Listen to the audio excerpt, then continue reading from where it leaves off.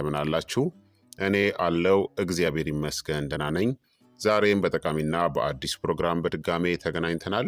በዛሬው የጤና ፕሮግራማችን ላይ የምንመለከተው ቴምርን ስንመገብ ጥቅሙን የሚያሳጡ የምንሰራቸውን ስህተቶችንና ከመጠን በላይ ቴምርን መመገብ የሚያስከትለውን የጤና ጉዳትን በዚህ ቪዲዮ ላይ እነግራችኋለሁኝ። እንዴት አድርጋችሁስ ቴምርን ጤናማ በሆነ መልኩ መጠቀም እንዳለባችሁ የምነግራችሁ ይሆናል ማለት ነው። ይህ የጤና ትምህርት ታዲያ ለበርካታ ሰዎች በጣም ጠቃሚና አስፈላጊ ስለሆነ ሁላችሁም በቅንነት ላይክና ሼር በማድረግ ሌሎችንም አስተምሩ አሳውቁላለሁኝ። ከዚህ ቪዲዮ ጋር በተያያዘ ጥያቄ ካላችሁ በኮመንት ላይ አስፍሩልኝ። በቀጥታ ወደ ጤና ትምህርታችን የማልፍ ይሆናል። ቴምር በበርካታ ንጥረ ነገሮች የበለጸገ በመሆኑ ለጤናችን እጅግ በጣም ብዙ ጠቀሜታዎች አሉት። ቴምር የሚሰጠው የጤና ጥቅሞችና ንጥረ ነገሮች ቴምር ፋይበር አለው። ፋይበር ደግሞ የምግብ መፈጨትን ያሻሽላል፣ የሆድ ድርቀትን ይከላከላል፣ የደም ስኳር መጠንን ይቆጣጠራል። ቴምር በፖታሲየም የበለጸገ ነው። ፖታሲየም የደም ግፊትን ለመቆጣጠርናም የልብ ጤናንም ያሻሽላል። ቴምር በማግኒዥየምም የበለጸገ ነው። ማግኒዥየም የነርቭ ስርዓትን ተግባርን ይደግፋል፣ የጡንቻን ተግባርን ያሻሽላል፣ የአጥንትን ጤናንም ይጠብቃል። ቴምር ብረት ወይም ደግሞ አይረንንም ይይዛል። ብረት ወይም ደግሞ አይረን ደግሞ የደም ማነስን ይከላከላል፣ የኃይል መጠንንም ይጨምራል። ቴምር በአንቲኦክሲዳንቶችም የበለጸገ ነው። ይህ ደግሞ ሴሎችን ከጉዳት ይከላከላሉ፣ የተለያዩ በሽታዎችን የመከላከል አቅምንም ይጨምራሉ። እንዲሁም ቴምር ቫይታሚን ቢ6ን ይይዛል። ቫይታሚን ቢ6 የአንጎል ተግባርን ያሻሽላል እናም የነርቭ ስርዓትን ጤናም ይጠብቃል። እነዚህ ቴምር የሚሰጣችሁ በጣም ጥቂቶቹ ከምላቸው የጤና ጥቅሞች ውስጥ በጣም ጥቂቱን ነው የነገርኳችሁ። ቴምር በጣም ብዙ የጤና ጥቅሞች አሉት። ሆኖም እነዚህን ጥቅሞች እንዳናገኝ የሚያደርጉን ቴምርን ስንመገብ የምንሰራቸው ስህተቶች አሉ ማለት ነው። ቴምርን ስንመገብ ጥቅሙን የሚያሳጡን ስህተቶች የምንላቸው አንደኛ ቴምርን ከመጠን በላይ የምንመገብ ከሆነ ነው።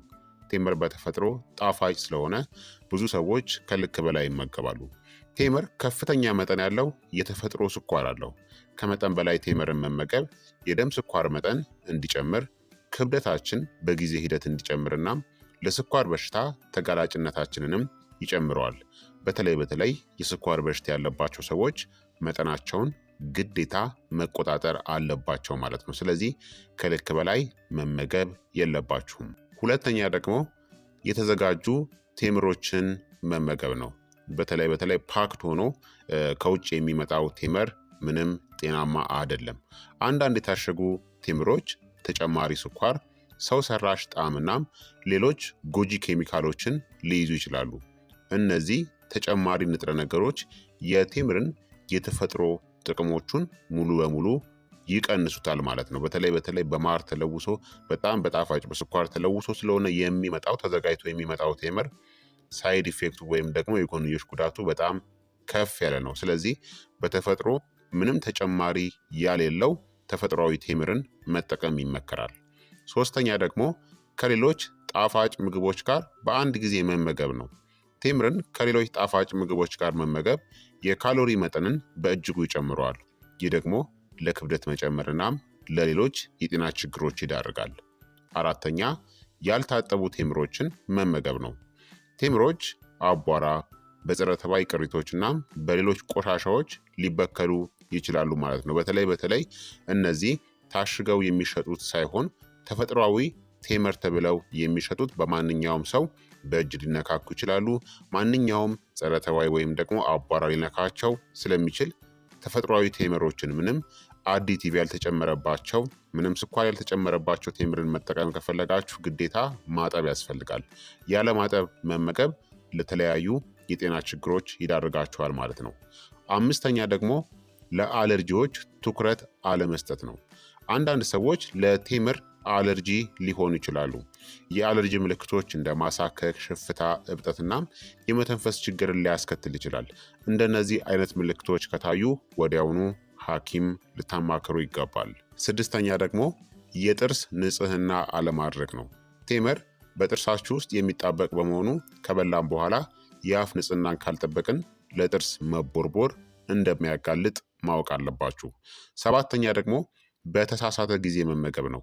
ቴምርን በባዶ ሆድ መመገብ የጨጓራ ችግር ላለባቸው ሰዎች ምቾትን ላይሰጥ ይችላል። ቴምርን ከሌሎች ምግቦች ጋር ወይም ደግሞ ከምግብ በኋላ መመገብ ይመከራል ማለት ነው። ከፍተኛ ኃይል ይሰጣችኋል መጀመሪያ ብትመገቡት ኢነርጂያችሁ፣ ምክንያቱም የተፈጥሮ ስኳር ስላለው ቶሎ ኢነርጂን ሊሰጣችሁ ይችላል ማለት ነው። ግን አንዳንድ የጨጓራ ችግር ያለባቸው ሰዎች በባዶ ሆድ ባይመከሩት ይመረጣል። ስምንተኛ ደግሞ የማከማቻ ስህተቶች ነው። ቴምርን በሞቃት ወይም ደግሞ እርጥበት ባለው ቦታ ማከማቸት እንዲበላሽ ያደርገዋል። የተበላሸ ቴምር ደግሞ መመገብ የምግብ መመረዝን ሊያስከትል ይችላል ማለት ነው። ቴምርን በአግባቡ በመመገብ ሁሉንም የጤና ጥቅሞችን ለማግኘት ታዲያ አሁን የምነግራችሁን ምክሮችን ተግባራዊ ማድረግ ያስፈልጋል። የመጀመሪያው የተመጣጠነ መጠንን መመገብ ነው።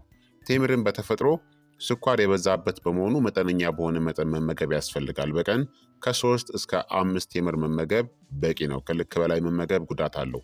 በተለይ የስኳር ህመም ያለባቸው ሰዎች መጠናቸውን በጣም መቆጣጠር አለባቸው። ቴምርን ከተመገቡ በኋላ የደም ስኳር መጠናቸውንም ቼክ ማድረግ ያስፈልጋቸዋል። ሁለተኛ ደግሞ ትክክለኛውን ጊዜ መምረጥ ነው። ቴምርን ከምግብ ጋር ወይም ደግሞ ከምግብ በኋላ መመገብ በጣም ጥሩ ነው። በባዶ ሆድ መመገብ የጨጓራ ችግር ላለባቸው ሰዎች ምቾትን ላይሰጣቸው ይችላል። ቴምርን ከሌሎች ጤናማ ምግቦች ጋር በማጣመር መመገብ የተሻለ ነው። ለምሳሌ ከእርጎ፣ ከለውዝ ወይም ደግሞ ከሌሎች ፍራፍሬዎች ጋር። ሶስተኛ ደግሞ የንጽህና አጠባበቁ ነው። ቴምርን ከመመገባችን በፊት በደንብ መታጠብ ያስፈልጋል። ተፈጥሯዊ ቴምሩን ማለት ነው። በስኳር እንዲሁም ደግሞ በማር የተለወሰ ከሆነ ማጠብ አያስፈልጋችሁም ማለት ነው። ማለትም ለማጠብም አመቺ አይደለም። ነገር ግን ተፈጥሯዊውን ስትጠቀሙ ማጠብ አለባችሁ። የተዘጋጁ ቴምሮችን ከገዛችሁ የተፈጥሮ ቴምር መሆኑንና ተጨማሪ ስኳር ወይም ደግሞ ኬሚካሎች እንደሌሉበት ማረጋገጥ ደግሞ ይኖርባቸዋል። አራተኛ ደግሞ ከሌሎች ምግቦች ጋር ማጣመር ነው። ቴምርን ከሌሎች ጤናማ ምግቦች ጋር በማጣመር መመገብ የተሻለ ነው። ለምሳሌ ከእርጎ፣ ከለውዝ ወይም ደግሞ ከሌሎች ፍራፍሬዎች ጋር። ይህ የተመጣጠነ ምግብን እንድታገኙ ይረዳችኋል። አምስተኛ ደግሞ የጥርስ ንጽህናን መጠበቅ ነው። ቴምር በጥርስ ውስጥ የሚጣበቅ በመሆኑ ከበላም በኋላ የአፍ ንጽህናን መጠበቅ ያስፈልጋል። ጥርስን መቦረሽ ወይም ደግሞ አፍን በውሃ ማጠብ ለጥርስ ጤና በጣም ጠቃሚ ነው። ስድስተኛ ደግሞ ለግል የጤና ሁኔታችሁ ትኩረት መስጠት ነው።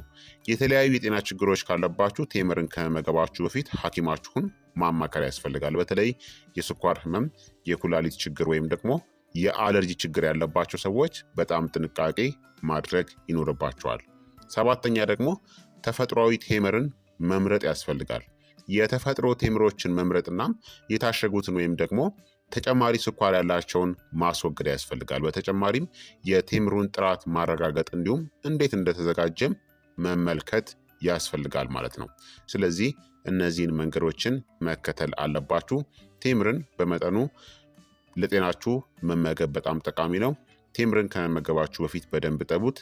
የተፈጥሮ ቴምሮችን ምረጡ። አለርጂ ምልክቶች ካለባችሁ ትኩረትን ሰጥታችሁ ሰውነታችሁን ማየትና ማዳመጥ ያስፈልጋል። የጥርሳችሁን ንጽህናን ጠብቁ። በተገቢ ቦታ ላይ አከማቹት ወይም ደግሞ አስቀምጡት። ቴምርን ከሌሎች ጤናማ ምግቦች ጋር በማጣመር መመገብ የተሻለ ነው። የተለያዩ የጤና ችግሮች ካለባችሁ ደግሞ ቴምርን ከመመገባችሁ በፊት ሐኪማችሁን ብታማክሩ የተሻለ ነው ማለት ነው። ታዲያ ቴምር በንጥረ ነገሮች የበለጸገ በመሆኑ ለጤናችን እንደነገርኳችሁ በጣም ጠቃሚ ነው። ነገር ግን ልክ እንደ ማንኛውም ምግብ ከመጠን በላይ መመገብ የጎንዮሽ ጉዳቶችን ሊያስከትልባችሁ ይችላል። ከልክ በላይ ቴምርን የምትመገቡ ከሆነ የሚያስከትለውን የጎንዮሽ ጉዳቶችን አሁን እነግራችኋለሁኝ። አንደኛ የደም ስኳር መጨመር ነው። ቴምር ከፍተኛ መጠን ያለው የተፈጥሮ ፍሩክቶስን ይዟል። ከመጠን በላይ መመገብ የደም ስኳር መጠን እንዲጨምር ያደርጋል። ይህ በተለይ የስኳር በሽታ ላለባቸው ሰዎች በጣም አደገኛ ነው። ሁለተኛ ደግሞ የክብደት መጨመር ነው። ቴምር በካሎሪ የበለጸገ ነው። ከመጠን በላይ ቴምርን የምትመገቡ ከሆነ የካሎሪ መጠንን በመጨመር ለክብደት መጨመር ይዳርጋቸዋል። የክብደት መጨመር ደግሞ ለብዙ ስር ለሰደዱ በሽታዎች የሚያጋልጥ ይሆናል። ሶስተኛ ደግሞ የጨጓራና የአንጀት ችግሮች ነው። ቴምር ከፍተኛ መጠን ያለው ፋይበርን ይዟል። ምንም እንኳን ፋይበር ለጤና ጥሩ ቢሆንም ከመጠን በላይ ፋይበርን መመገብ የሆድ እብጠት፣ የሆድ ጋዝናም የሆድ ድርቀትን ሊያስከትል ይችላል። በተለይም የምግብ መፈጨት ችግር ላለባቸው ሰዎች ምቾትን ላይሰጣቸው ይችላል። አራተኛ ደግሞ የጥርስ ችግሮችን ሊያስከትል ይችላል። ቴምር የሚጣበቅ በመሆኑ በጥርሶች ላይ ተጣብቆ ሊቀር ይችላል። ይህ ለጥርስ መቦርቦርናም ለድድ በሽታዎችም ተጋላጭነታችሁን ይጨምራል ማለት ነው። ቴምርን ስትመገቡ ከተመገባችሁ ከ30 ደቂቃ ወይም ደግሞ ከአንድ ሰዓት በኋላ ጥርሳችሁን ብታጸዱ መልካም ነው። አምስተኛ ደግሞ የአለርጂ ምላሾች ነው። አንዳንድ ሰዎች ለቴምር አለርጂ ሊሆኑ ይችላሉ። የአለርጂ ምልክቶች እንደ ማሳከክ፣ ሽፍታ፣ እብጠትናም የመተንፈስ ችግርን ሊያስከትሉ ይችላሉ። የአለርጂ ምልክቶችን የምትመለከቱ ከሆነ ቶሎ ማቆም ያስፈልጋል። ስድስተኛ ደግሞ የፖታሲየም መጠን መጨመር ነው። ቴምር ከፍተኛ መጠን ያለው ፖታሲየምን ይዟል። ከመጠን በላይ መመገብ በደም ውስጥ ያለው የፖታሲየም መጠን እንዲጨምር ያደርጋል።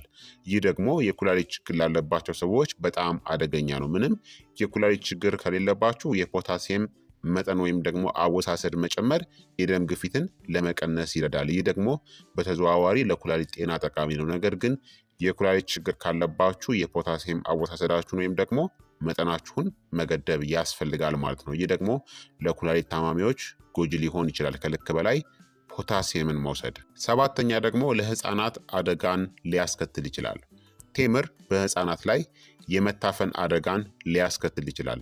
ለህፃናት በሚሰጥበት ጊዜ በጣም ጥንቃቄ ማድረግናም በመጠኑ መስጠትም አለባችሁ ማለት ነው። እንዲሁም መከታተልም ይኖርባቸዋል። ስለዚህ እነዚህን ጉዳቶችን ከግምት ውስጥ በማስገባት ቴምርን በልኩ እናም በመጠኑ መመገብ ያስፈልጋል ማለት ነው።